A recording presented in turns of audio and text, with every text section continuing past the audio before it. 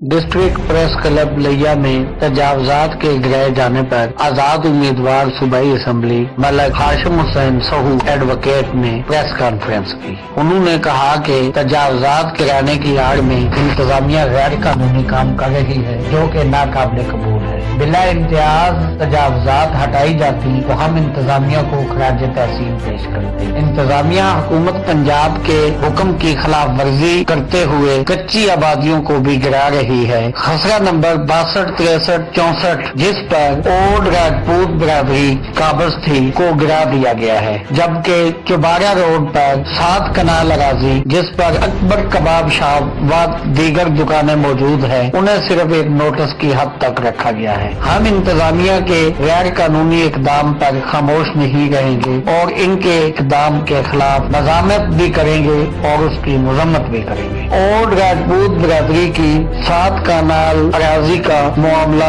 अदालत में ज़ेर समाअत है। उन्होंने कहा कि हम सिलेक्टेड ऑपरेशन को कबूल नहीं करेंगे। उन्होंने प्रेस कॉन्फ्रेंस में मुंतखब नुमाइंदों को भी शदीद तनकीद का निशाना बनाया। प्रेस कॉन्फ्रेंस में सज्जन अब्बास सऊ एडवोकेट, चौधरी जहीरुल हसन एडवोकेट, अब्दुल सत्तार खान न्याजी और दीगर बहुत से लोगों ने शिरकत की। मोहम्मद अजीम आवान लिया।